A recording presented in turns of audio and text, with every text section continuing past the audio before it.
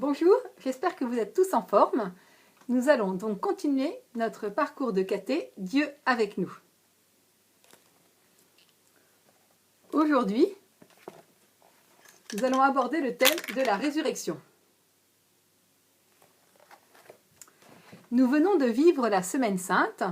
Nous avons acclamé le Seigneur le dimanche des Rameaux. Nous avons reçu son corps et son sang donnés pour nous le jeudi saint. Nous avons accompagné Jésus à Gethsémani. Nous l'avons adoré, contemplé sur la croix, accueilli son amour immense pour nous sur la croix. Et nous arrivons à Pâques. Que s'est-il passé le jour de Pâques ? Comme je le disais, donc Jésus a été crucifié au Golgotha le vendredi. Il meurt à 15h. Comme le lendemain est un jour de sabbat, jour de repos et de prière pour les Juifs, il n'est pas permis que les corps restent sur les croix. Et donc Joseph d'Arimathie demande à Pilate l'autorisation de prendre le corps de Jésus. Il le met dans un linceul et le met dans un tombeau neuf taillé dans la pierre. Les grands prêtres et les anciens scellent la pierre du tombeau et demandent que le tombeau soit gardé. En effet, ils ont peur que le corps de Jésus soit volé par ses disciples et ensuite qu'on dise qu'il est ressuscité d'entre les morts. Ensuite, que se passe-t-il ? Les 4 évangélistes, Matthieu, Marc, Luc et Jean, nous parlent de la résurrection. Ils nous racontent cet événement inouï, immense de la résurrection. Chacun à sa manière, tant l'événement est incroyable et du jamais vu pour eux. Regardons ensemble le récit donné dans l'évangile de Saint Jean, au chapitre 20, versets 1 à 10. Je vous invite à prendre votre Bible ou à prendre le livre si vous l'avez. Le premier jour de la semaine, Marie-Madeleine se rend au tombeau de grand matin. C'était encore les ténèbres.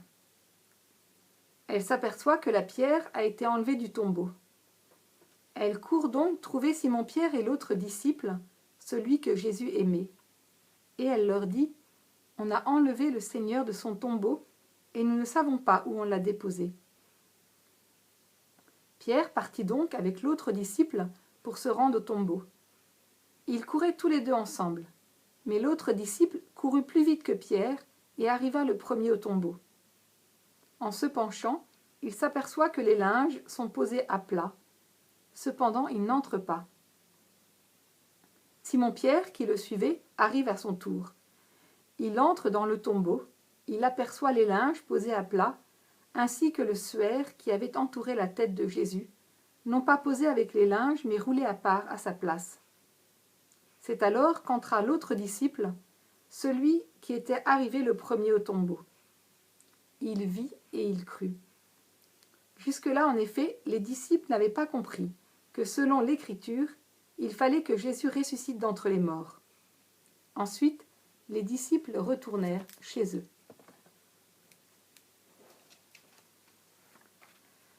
Donc Marie-Madeleine se rend au tombeau, elle aperçoit que la pierre a été roulée et elle court prévenir Simon-Pierre.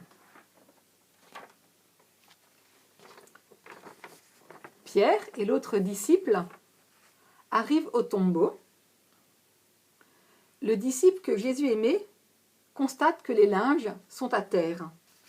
Il comprend alors que la disparition du corps de Jésus est humainement inexplicable. Il vit et il crut. Il est le premier à croire en la résurrection de Jésus. Quant à Pierre, lui qui sera appelé le chef des apôtres, appelé à confirmer ses frères, il va être le premier à voir le ressuscité. Et c'est sur son témoignage que s'appuiera toute la communauté. Oui, le Seigneur est réellement ressuscité. La suite de cet évangile, c'est l'apparition de Jésus à Marie-Madeleine. Marie-Madeleine voit un homme, elle prend cet homme pour un jardinier, elle ne reconnaît pas Jésus, et Jésus l'appelle par son prénom, Marie. Là, elle le reconnaît alors. Elle part alors aussitôt annoncer aux apôtres qu'elle a vu le Seigneur. Et c'est pourquoi on appelle Marie-Madeleine l'apôtre des apôtres. Le soir de la résurrection, Jésus va aussi se manifester aux disciples qui sont enfermés au cénacle par peur des Juifs, et il va leur dire « La paix soit avec vous » et leur donner l'Esprit Saint. Jusqu'à son ascension, Jésus va se manifester de nombreuses fois et à de nombreuses personnes. Et de même, quand, après sa résurrection, Jésus apparaît à ses disciples, en fait, il parle avec eux, il converse avec eux, il apparaît avec eux comme avant, en fait. Il porte la marque des blessures dans ses mains. Alors, les apôtres, ils ne savent pas très bien. En même temps, ils voient Jésus, mais en même temps, ils se disent, mais est-ce bien lui? Ils se demandent qui il est. Est-ce qu'un esprit? Est-ce que c'est vraiment là? Ils ont beaucoup de joie de le voir, évidemment, parce qu'il est ressuscité, il est avec eux. Et en même temps, ils se demandent si c'est vraiment bien lui. Et oui, Jésus n'est pas un fantôme. Son corps échappe à l'espace et au temps. Il a un corps différent, c'est pour ça qu'il peut traverser les murs, par exemple. C'est un corps glorieux, mais c'est bien lui. Dans l'Ancien Testament, il y avait déjà des résurrections qui s'étaient produites. Par exemple, le fils de la veuve de Sarepta. Et Jésus lui-même a accompli des résurrections, par exemple celle de la fille de Jaïr, ou encore son ami Lazare. Toutes ces personnes ont retrouvé une vie terrestre, une seconde vie terrestre en quelque sorte, mais ensuite elles sont à nouveau passées par la mort. Ensuite elles sont mortes. Eh bien Jésus c'est différent. Lui voilà, il est ressuscité d'entre les morts, le Christ ne meurt plus. Il a vaincu la mort. Et donc il a remporté cette double victoire. La victoire sur la mort, par sa mort, il nous a libérés du péché. Il a vaincu la mort. En effet, depuis Adam, nous étions voués à la mort. Par le péché d'Adam, la mort était dans le monde. Mais par la résurrection du Christ, la mort a été engloutie dans la victoire. La mort et le péché ont disparu. Jésus est vainqueur. Alors bien sûr, peut-être que nous pouvons encore connaître des situations douloureuses. Le mal est encore là dans le monde.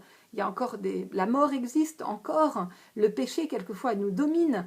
Mais le Seigneur est vainqueur.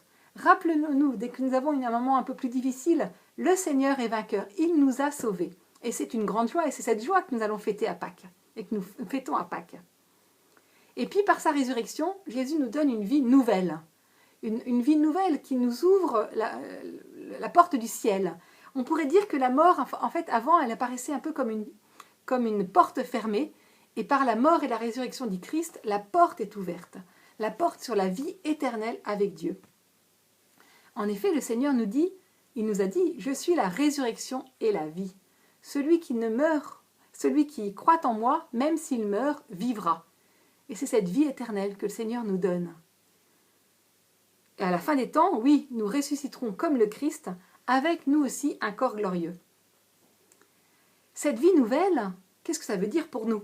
Parce qu'on peut se dire, c'est pour après, mais aujourd'hui, qu'est-ce que ça veut dire? En fait, la résurrection, elle est vraiment au cœur de notre foi chrétienne. Rappelez-vous, tous les dimanches, à la messe, quand nous disons le credo, il y a une partie du credo où on dit « Je crois en Jésus-Christ qui a été crucifié, est mort et a été enseveli, est descendu aux enfers, le 3e jour est ressuscité des morts. » Dès ici-bas, nous vivons de cette résurrection du Christ, sans attendre d'être dans l'au-delà. Oui, le péché a été vaincu. Par le baptême, nous sommes morts au péché et nous avons reçu cette vie nouvelle de Dieu. Par les sacrements, le Seigneur nous donne sa vie, nous sauve, nous délivre et nous permet d'accueillir cette vie éternelle qui nous est donnée. Et ainsi, nous pouvons aussi grandir dans l'amour. Parce qu'en effet, quand nous aimons, nous transmettons la vie, cette vie éternelle. Nous sommes porteurs de cette vie éternelle. Et comme tout disciple, comme Marie-Madeleine, comme les disciples, nous sommes invités à porter cette bonne nouvelle de la résurrection autour de nous. À annoncer, oui, le Seigneur est vainqueur. Il est vivant, il est ressuscité. La mort a été engloutie par la victoire du Christ. Et c'est pour ça aussi qu'aujourd'hui, le Seigneur est toujours présent au milieu de nous. Présent par sa vie, présent parce qu'il est là, au milieu de nous. Il est vivant et nous pouvons donc lui parler, nous pouvons nous laisser sauver par lui, nous pouvons l'accueillir dans notre vie. Nous avons donc fêté ce Triduum pascal. Chaque année, nous fêtons la fête de Pâques.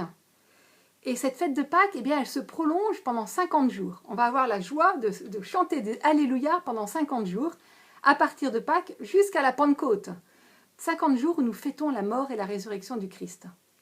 Et puis de même, chaque dimanche, le jour du Seigneur, nous fêtons aussi la mort et la résurrection du Seigneur. Et donc pendant tout ce temps pascal, en particulier ces 50 jours, accueillons cette vie du Christ ressuscité, accueillons la vie nouvelle que le Seigneur veut nous donner et portons autour de nous la joie de la résurrection. N'hésitez pas, si vous le souhaitez, pour approfondir ce thème, à aller regarder dans votre livre les activités sur la résurrection ou de même sur le site internet. Le Christ est ressuscité. Il est vraiment ressuscité. Alléluia!